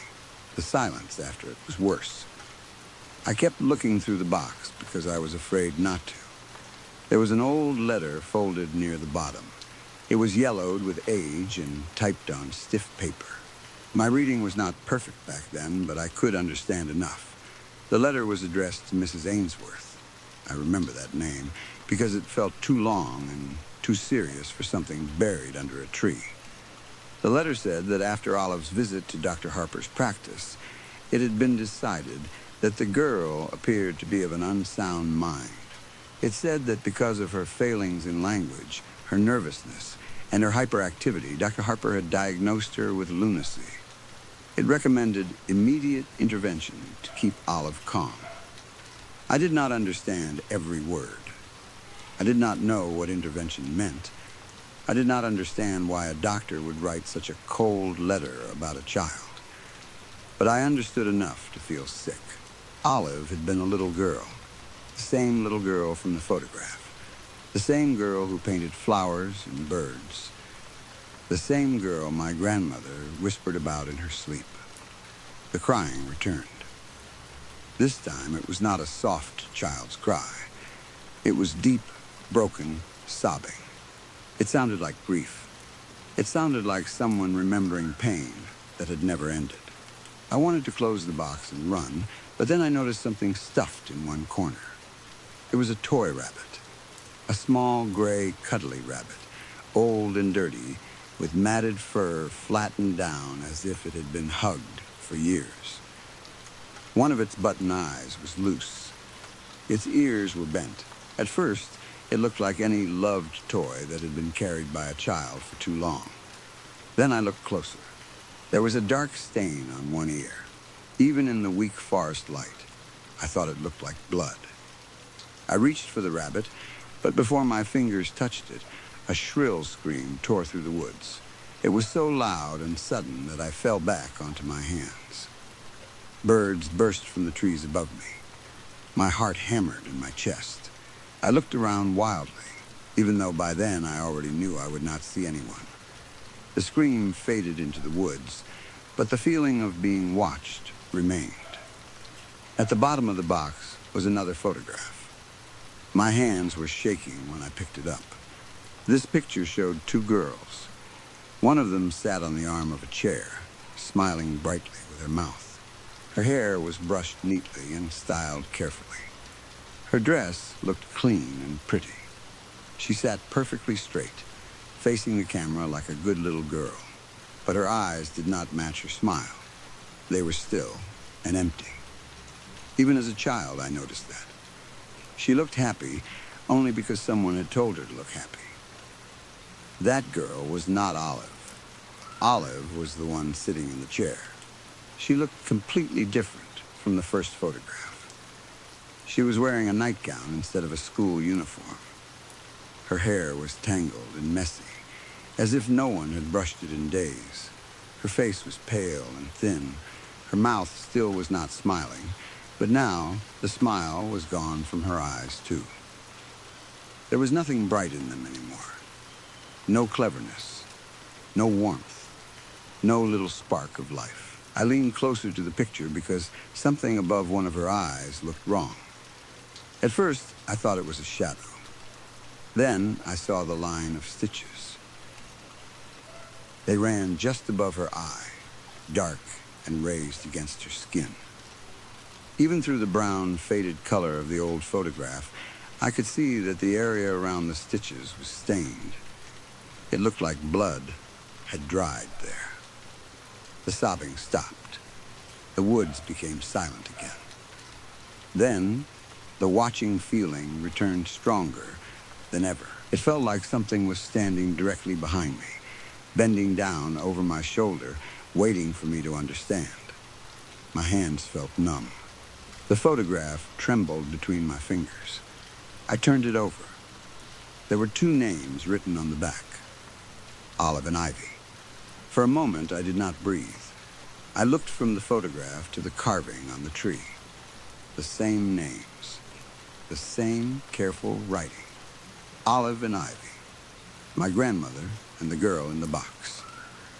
Two girls hidden together under the oak tree, one remembered in whispers, and one buried with her drawings, her paintings, her toy rabbit, and the proof that something terrible had been done to her.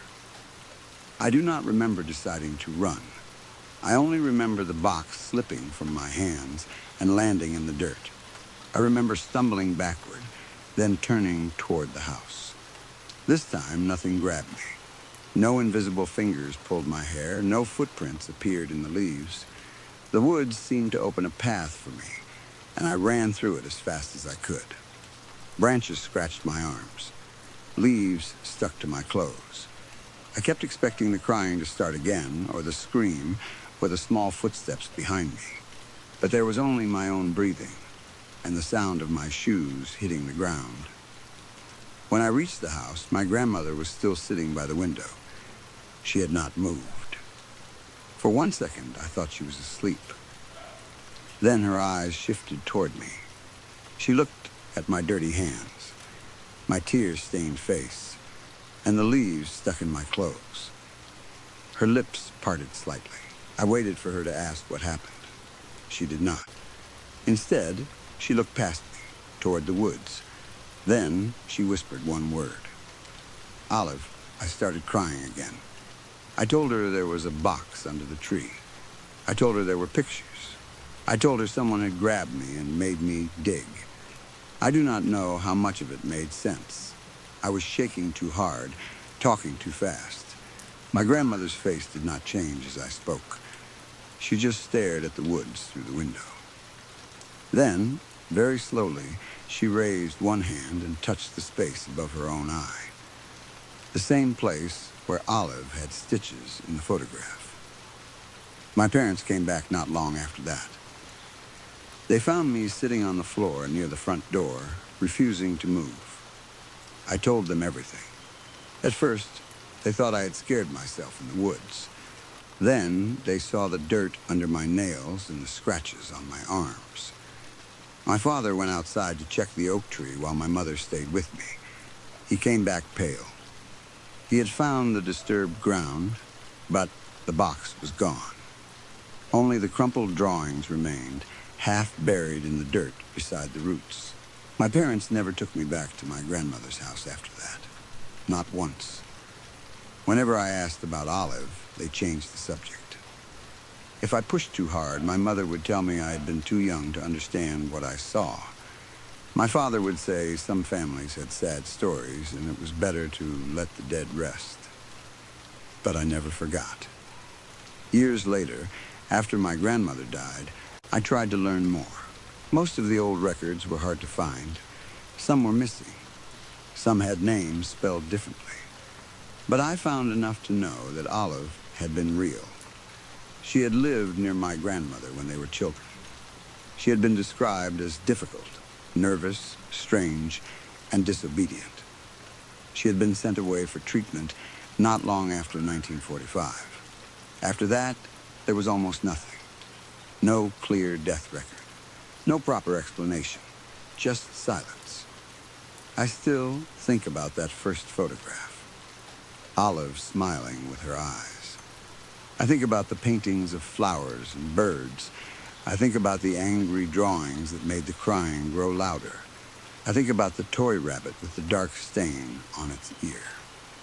Most of all, I think about my grandmother, sitting by the window for all those years, whispering Olive's name like a prayer or a punishment.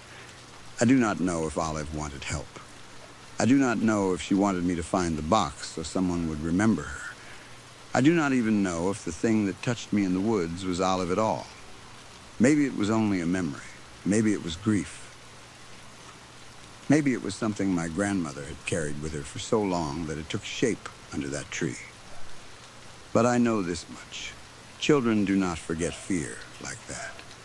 And even now, Whenever I see a large oak tree, I look at the bark for carved names. I listen for footsteps in the leaves. I try not to think about small, invisible fingers pulling at my hair, because somewhere deep in those woods, under that old tree, two names were carved into the bark, Olive and Ivy, and one of them was still waiting to be found. Story 5. The call came in at 3:19 in the morning. I still remember the exact time because I looked at the clock in my patrol car right before the radio cracked to life. The streets were empty, the town was asleep, and I was already halfway through the kind of night shift where every hour feels longer than the one before it.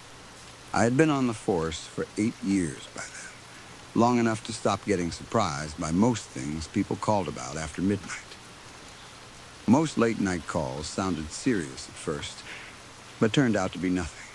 A drunk neighbor stumbling into the wrong yard. Teenagers knocking over trash cans because they were bored. Someone hearing a noise in the attic that ended up being a raccoon. A husband and wife arguing too loudly. A sleepwalker standing in the street with no shoes on. I had seen enough strange things to know that fear does not always mean danger. Sometimes people are just tired, lonely, or half asleep, and the dark makes everything feel worse. So when dispatch told me a woman had called because someone was standing in her backyard and had not moved for hours, I did not panic. I figured it would be another easy check. I would drive over, walk around the property, find nothing, calm her down, and maybe tell her to lock the doors and call us again if anything else happened. The woman on the call sounded terrified, though. Dispatch said she was breathing hard, almost whispering, like she was afraid whoever was outside might hear her through the walls. She said the person had been there since midnight, just standing in the yard, not walking around, not knocking, not trying to get in, just standing there, facing the house. That was unusual, but not impossible. People do strange things when they're high. People freeze up when they're drunk. People with mental health problems wander into places they should not be. I told myself that was all this was. The house was on a quiet street on the edge of town, almost in the middle of nowhere. It was one of those older homes with a long driveway, a wide front porch, and a backyard that opened toward a dark line of trees. There were no other houses close enough to make the place feel safe. The kind of street where every sound carries and every window looks black after midnight. When I pulled up, the porch light was on. The woman opened the door before I even knocked. She looked to be in her 50s, maybe older, wearing a robe pulled tight around her like she was freezing. Her face was pale. Her eyes kept jumping past me, over my shoulder, toward the side of the house. "Did you see them?" she asked. I kept my voice calm. "See who, ma'am?" "The person in my yard," she said. "They've been out there since midnight." I glanced toward the side gate, then back at her. "Are they still there?" She nodded quickly. "Yes, they haven't moved." I asked her to stay inside and lock the door behind me. She grabbed my sleeve before I turned away and whispered, "Please be careful. They're just standing there. They don't move. They don't blink. They're looking at my bedroom window." I told her I would check it out. I walked around the side of the house with my flashlight in one hand and my other hand near my belt. The beam of light moved over the fence, the trash bins, the sidewall, the wet grass. The backyard was quiet. Too quiet, maybe, but that could have just been the hour. The lawn stretched out in front of me, ending at a wooden fence and a dark tree line beyond it. There was nobody there. I swept the light across the yard again. Nothing, no person. No shadow standing in the grass. No footprints that I could see. No bent patches of lawn. No broken branches. No sign that anyone had been standing there for 3 hours. I checked the fence. I looked near the back door. I walked along the edge of the yard and shined the light toward the trees. Still nothing. When I went back to the front door, the woman was watching me through the glass. I told her there was nobody in the yard. She did not look relieved. Instead, she looked even more scared. "No," she said. "They were there. I know they were there." "I checked the whole yard," I told her. "I didn't find anyone." She shook her head. "I can feel them watching me." I had heard people say things like that before. When fear gets bad enough, your body starts believing things even after your eyes cannot prove them. I asked if she had been sleeping. She said no. I asked if she had seen anyone else in the area recently. She said no. I asked if she lived alone. She said yes. I took a report, gave her the usual advice, and told her to keep the doors and windows locked. I told her to call again if she saw anything else. She agreed, but her eyes stayed fixed behind me the whole time, like something was still standing in the dark. I thought that was the end of it. Then I went back to my patrol car and checked the security footage. She had cameras around the house, a doorbell camera out front, a camera over the garage, and motion sensors in the backyard. I was still in the driveway when I pulled up the feed on the tablet in my car. I wanted to see if maybe there had been someone there earlier and they had left before I arrived. That would make sense. It would explain everything. I went back to midnight. At 12:02 a.m., the backyard camera showed a figure standing in the center of her lawn. The figure was facing the house, not moving, not shifting its weight, not looking around, just standing perfectly still, aimed toward the bedroom window. At first, the video was grainy, and the night vision made the person look pale and strange. But as I leaned closer, my stomach tightened. There was something familiar about the shape of the body, the way the shoulders sat, the way the arms hung at the sides, the angle of the head. I told myself it was nothing. Then I recognized the clothes. The figure was wearing a police uniform, my uniform. I stared at the screen. The badge, the belt, the dark shirt, the pants, the outline of the body. It was me. Same height, same build, same stillness I had when I was waiting outside a house during a call. It was like watching a frozen copy of myself standing in that woman's backyard. I checked the timestamp again. 12:02 a.m. At 12:02, I was at the station. I knew that because I had been on the radio. I had checked in. I had poured coffee. I had spoken to another officer in the break room. There were people who could confirm it. I was not in that woman's backyard at midnight. I had never been to her house before that call. I kept watching the footage. The figure stood there for 3 hours. It did not move. Not once. No scratching its face, no turning its head, no stepping from one foot to another. Nothing. It stood in the same place until a few minutes before I arrived. Then the camera glitched for less than a second, and the yard was empty. I did what people do when they see something their mind cannot accept. I made excuses. I told myself it was a prank. Someone had gotten a uniform. Someone knew me. Someone was trying to mess with the department. Maybe it was a costume. Maybe it was a weird angle. Maybe I was tired, and the video just looked like me because I expected to see myself after the woman described someone watching her. That explanation lasted for about 3 days. Then I checked the footage again. The figure came back the next night, and the night after that. Every night, sometime after midnight, it appeared in the center of her lawn. It stood there facing the house until shortly before sunrise or until the camera glitched and it disappeared. It never walked into frame. It never walked out. It was just there. Standing, waiting, watching. On the third night, I checked my own porch camera. I don't even know why I did it. Maybe some part of me already knew this was spreading. Maybe I needed to prove to myself that my house was normal, that my yard was empty, that whatever was happening was connected to that woman, not me.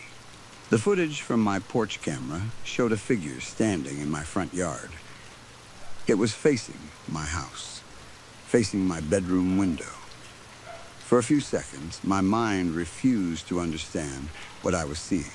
Then, the figure turned its head slightly, and I saw the face. It looked like my neighbor, my old neighbor. He had died 2 years earlier from a heart attack.